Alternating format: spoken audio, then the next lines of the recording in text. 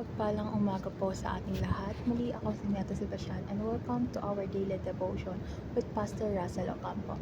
And today our devotion talks about the terrifying truth and our scripture is Romans chapter 14 verse 12. So NIV version. So then, each of us will give an account of ourselves to God. ASND version. Kaya't bawat isa sa atin ay magbibigay sulit sa Diyos tungkol sa kanyang sarili. So, tungkol saan nga ba tong verse na ito? Ito yung Romans chapter 14 verse 12 ay nagpapaalala na lahat tayo ay magkakaroon ng panahon na haharap tayo sa Diyos at pagsusulit ng ating mga ginawa. So, sa verse na ito is binibigyang diin ang personal na responsibilidad at accountability natin sa Diyos. So, hindi natin maiiwasan ng araw ng paghuhukom at bawat kilos, salita at desisyon, yung tatlo na yun, kilos, salita at desisyon natin na ihuhusgahan ng Diyos. So, dadako naman po tayo sa teaching. So, yung first teaching natin is, we will give an account for what we do in our lifetime. So, lahat ng ating kilos at gawa, yan dalawang yan, kilos at gawa sa ating buong buhay ay hindi lingid sa mata ng Diyos. So tayo ay inaasahang mamuhay ng naayon sa kanyang kalooban at bawat aksyon natin ay may kaukulang pagsusulit. So yung bawat pagkakataon na to, pagkakataon na tayo ay gumawa ng mabuti o masama ay nakatala at haharapin natin ito sa takdang panahon. So, yung mga desisyon natin, malaki man yan o maliit, ay may epekto sa ating spiritual na kalagayan. So, next, we will give an account for what we do daily. So, hindi lamang ang kabuuan ng ating buhay ang susuriin. So, kundi pati na rin yung bawat araw na ating ginugugol, yung mga araw-araw na pamumuhay na dapat na puno ng paggawa ng mabuti at pagsunod sa Diyos. So, yung bawat araw ay pagkakataon upang ipakita ang ating pananampalataya sa pamamagitan ng ating gawa. So, yung mga regular na pagsuri sa ating sarili at pagninilay-nilay ay mahalaga upang masigurado na tayo ay nasa tamang landas. So, last teaching po is we will give an account for every word we have spoken.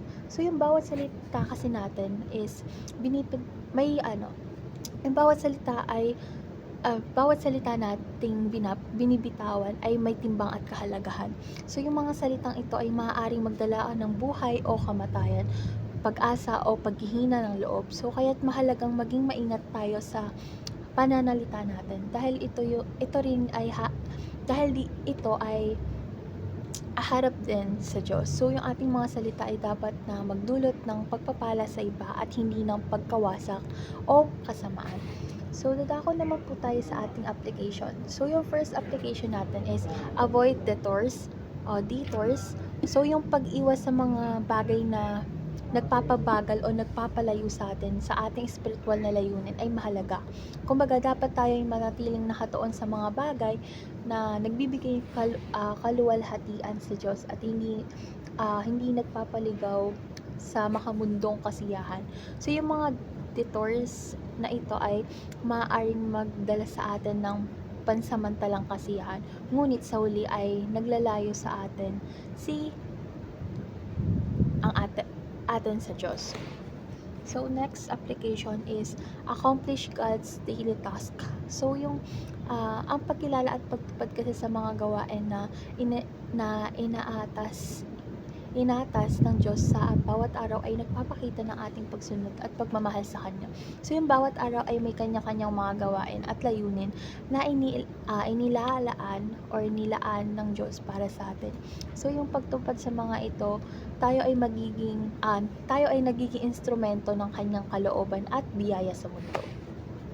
So, yung last application natin is articulate only the things that bless others. So, yung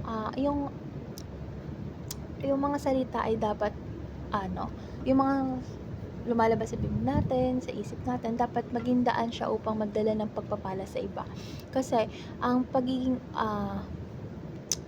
maingat sa ating salita ay isang paraan upang maipakita ang ating paggalang at pagmamahal sa kapwa. So, yung pag-iwas kasi sa mga salita na maaaring magdulot ng sakit o galit ay mahalaga upang mapanatili ang kapayapaan at pagkakaisa ng bawat isa. So, last part na po tayo. So, yung discussion po natin is how can we practically prepare now for the day of judgment.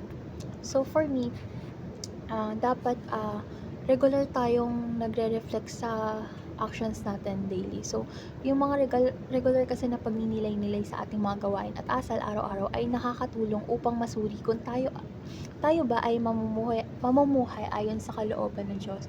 Sa pamamagitan kasi ng paghingi ng tawad at pagsisikap na magbago, nagiging handa tayo sa araw ng paghuhukom. So, yung pagsuri sa ating mga puso at layunin ay mahalaga upang manatiling tapat at matuwid sa harap ng Diyos. So, dapat din is namumuhay tayo na may layunin at integridad kasi ito ay nagpapakita sa atin ng tunay na naniniwala tayo sa salita ng Diyos. Kasi sa bawat desisyon at kilos natin, dapat tayo magsumikap na magbigay ng kawalhatian sa Diyos at magdulot ng kabutihan sa iba. At ang pagkakaroon ng malinaw na layunin at desisyon at pagsunod dito ay nagiging gabay sa ating pang-araw-araw na buhay. So, syempre, huwag niyo din kakalimutan yung pagiging masigasig sa paggawa ng mabuti at paglingkod sa kapwa ay isang praktikal na paghahanda sa araw ng paghuhukom. Kasi sa pamamagitan ng pag-abot sa mga nangangailangan at pagpapakita ng pagmamahal. Kasi pinapakita natin yung pananampalataya at pagsunod natin sa Diyos. So, yung bawat mabuting gawa na ating ginagawa is isang hakbang patungo sa pagiging handa sa araw na tayo ay haharap sa Diyos. So, para tapusin po yung ating paghahanda kasi para sa araw ng paghuhukom ay isang patuloy na proseso ng pagsisiyasat, pagsisisi at paggawa ng mabuti. So, sa pagsunod kasi ng mga turo ng Diyos at pagiging tapat sa ating pananampalataya, tayo ay nagiging handa sa araw na tayo ay susumpungan ng Diyos at magsusulit ng ating mga ginawa. So, yung bawat araw ay isang pagkakataon upang maging mas mabuting tao at tagasunod ni Kristo.